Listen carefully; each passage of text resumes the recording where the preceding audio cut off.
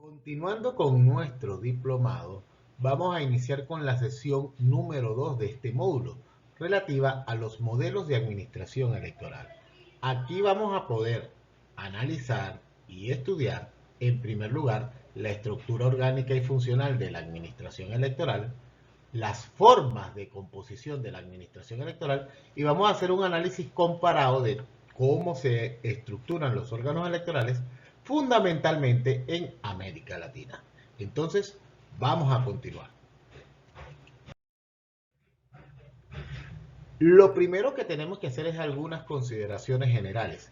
En particular, la administración electoral puede abarcar unos varios organismos, tienen diferencias en cuanto a su planificación, organización y ejecución, y todo eso está relativo a la idiosincrasia política del país, al marco jurídico y a cómo se conforma el Estado. Entonces no hay un modelo único de administración electoral, sino que ese modelo se va adaptando a las condiciones del país. Lo que sí es verdad es que en el mundo actual existe un consenso generalizado en que se tenga una administración electoral independiente, imparcial y, no menos importante, profesionalizada.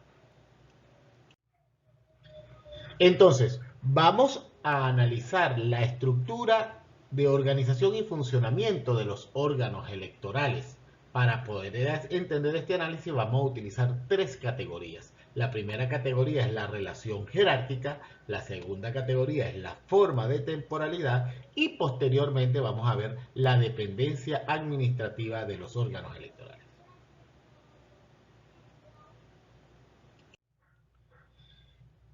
Iniciemos con los niveles de relación jerárquica de la administración electoral. En la mayoría de los países nosotros tenemos una administración electoral o un órgano electoral de carácter central. Sin embargo, las características propias de las naciones hacen que existan realidades particulares en las regiones, con los cuales se establece la descentralización del organismo y la creación de organismos en las distintas regiones. Entonces, esta relación jerárquica normalmente es lineal, jerárquica y descendente de la administración electoral central hacia las administraciones electorales o dependencias regionales. Sin embargo, existen casos donde viceversa el mayor peso de las actividades de la administración electoral se encuentra en las regiones y la administración electoral central se convierte en apenas una suerte de compilador de las decisiones de las distintas administraciones electorales descentralizadas. Entonces, como los procesos electorales tienen todo, su propia planificación, su propia revisión jurídica, su gestión interna, el desarrollo de sus tecnologías, también dependiendo de la cultura política y el marco normativo, eso se adapta en las distintas regiones. Les voy a poner un ejemplo. Hay países que son federales, donde la actividad de las administraciones electorales o de las juntas electorales en cada una de las provincias o de los estados tiene las particularidades de las normas de esas provincias y de los estados. Incluso varían de un estado a otro en cómo se elige, cómo se establecen sus sistemas electorales y sus sistemas de votación. Entonces, lo primero que siempre hay que establecer para el análisis de cualquier administración electoral es las disposiciones en legislación acerca de cómo establecen los órganos electorales regionales y locales y cuáles son los elementos distintivos con respecto a su conformación, responsabilidades y nivel de operación. Ahora, lo normal es que los organismos de carácter regional y local compilen los resultados y lo envíen al órgano, al órgano superior, al organismo nacional para que sea procesado. En este sentido, siempre va a ser muy importante la capacitación de los organismos regionales para que el cumplimiento de sus funciones siempre vaya aunado a la política o a la misión general del organismo electoral nacional. El otra categoría de análisis que vamos a utilizar es el de la dependencia administrativa del órgano electoral. Hay órganos electorales o administraciones electorales que dependen del gobierno, del Ejecutivo Nacional. hay órganos electorales que dependen del Poder Judicial. Son los tribunales de la República los que designan y establecen el funcionamiento de esos órganos electorales. Y hay órganos electorales autónomos que funcionan de manera independiente, sin tener dependencia del Ejecutivo ni del Poder Judicial. Ahora bien, la naturaleza de los órganos electorales, como estamos diciendo, va a variar dependiendo de los ordenamientos constitucionales y legales. Siempre se va a hablar de que si van a ser instituciones administrativas del Poder Ejecutivo, de que si son organismos jurisdiccionales, e incluso cuál es el grado de independencia de ellos, hasta qué punto son independientes y en qué esquemas permanecen subordinados uno a los otros. Ok, independientemente de lo que se establece en todas las normativas, normalmente la independencia viene aunada fundamentalmente a la autonomía financiera y a la autonomía de ejecución de recursos y de recursos tanto administrativos como humanos. ¿Ok? Y dependiendo de la forma como se elabora y se aprueba su presupuesto y a quién depende ese presupuesto, se da el grado de autonomía de un organismo electoral. En la tercera categoría de análisis que vamos a manejar nosotros es la temporalidad. Existen organismos de carácter permanente que tienen un funcionamiento indetenible a lo largo del tiempo. Y existen organismos electorales de carácter transitorio que solo se constituyen para un evento electoral y posteriormente se disgregan. Normalmente, en muchos países, los parámetros que se utilizan para establecer si un organismo debe ser de carácter temporal o permanente están relacionados directamente con los costos del mantenimiento de un organismo electoral. Sin embargo, hay que decir que los organismos de carácter permanente, si bien pueden establecer, pareciese en términos presupuestarios, un costo mayor, en términos de la confianza y del crecimiento del país, tienen una mayor eficiencia. ¿Por qué? Porque primero te permiten hacer un proceso de capacitación permanente, mantienen la memoria de las elecciones y todo lo que implica la rapidez de respuesta del proceso cuando estás en procesos democráticos.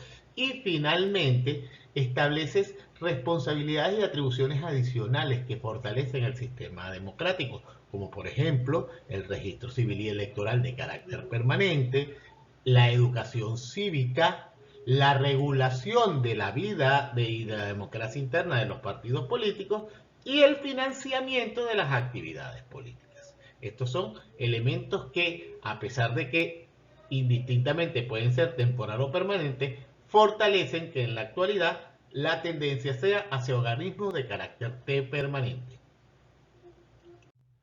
Una vez que hemos analizado las distintas categorías a través de las cuales nosotros clasificamos la estructura orgánica y funcional de los organismos electorales, vamos a ver los modelos de conformación, cómo se estructuran los organismos electorales según el derecho comparado en el mundo. En primer momento vamos a hablar de los organismos electorales cuando son designados por el Poder Legislativo, por la Cámara Legislativa. En estos casos, en alguna oportunidad se designan integrantes de los organismos electorales, todos sin militancia partidista, o dependiendo de la legislación del país, se estructuran en función de representantes de los partidos o a propuesta de los partidos. O incluso en la actualidad hay sistemas mixtos donde un grupo es representante de los partidos y otros grupos son representantes de ciudadanos independientes designados todos por el Poder Legislativo. Hay un segundo mecanismo de conformación que es a través del judicial y este va a tener dos variantes. Cuando el Poder Judicial es el que designa a los miembros de los organismos electorales normalmente sin militancia partidista, o cuando desde el Poder Judicial tú tomas prestado un grupo de magistrados o designas un grupo de magistrados que son parte del Poder Judicial para que ejerzan funciones electorales. Finalmente tenemos esquemas complejos de designación donde participan directas entidades, un grupo de de integrantes del organismo electoral es designado por el Poder Judicial, por ejemplo, otro grupo es designado por el Poder Ejecutivo y otro grupo es designado por el Poder Legislativo. Entonces, hay distintas formas, distintos modelos en el mundo que responden a cada una de sus legislaciones para poder designar a los integrantes de los organismos electorales. Vamos entonces ahora al análisis comparado de los sistemas electorales en el mundo. Vamos a tratar de establecer tres grandes grupos para poder entender cómo se organizan los organismos electorales o las administraciones electorales en el mundo.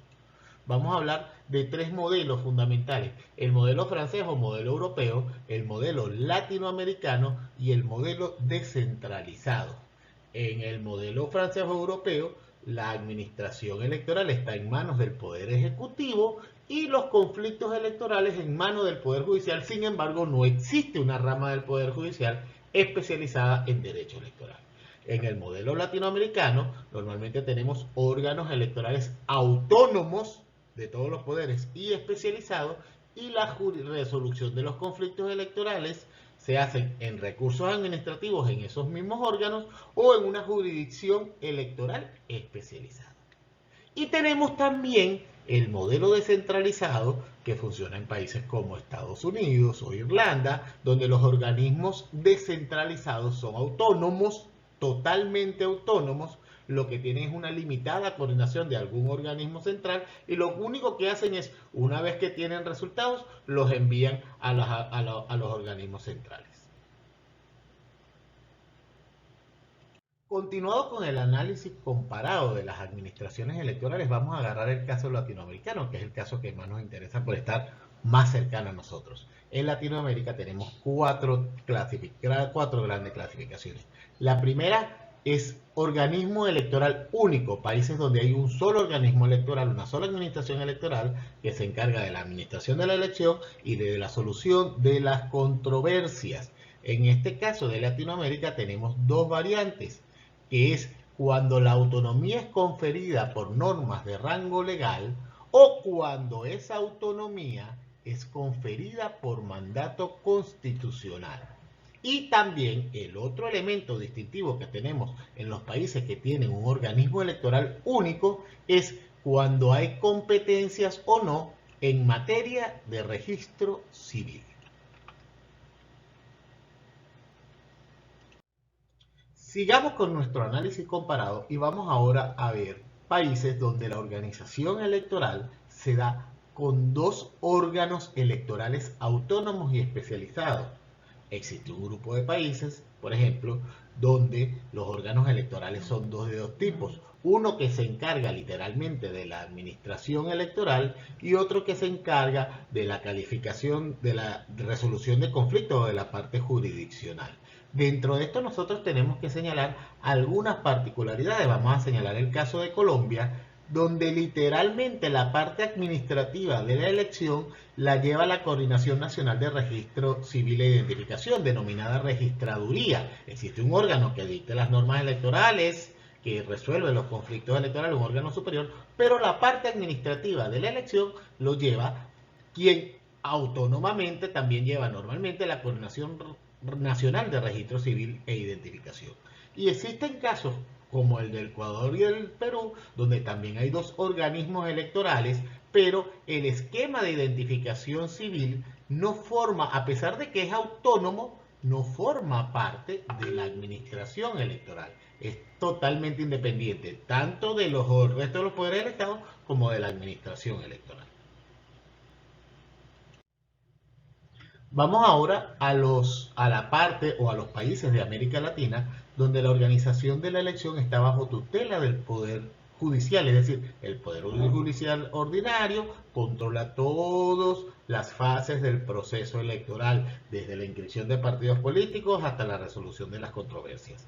Sin embargo, existen variantes, como en el caso de Brasil y Argentina, donde ya en la etapa de celebración específica de un proceso electoral particular, se establecen existencia de órganos administrativos temporales. Por eso hablábamos de la temporalidad o la permanencia anteriormente cuando hablábamos de las estructuras electorales. Bueno, en estos países el poder judicial ordinario lleva todo el control del proceso electoral. Sin embargo, en el proceso ya, en el momento ya de celebrarse una elección, se crean temporalmente organismos administrativos que se encargan de la celebración de la elección.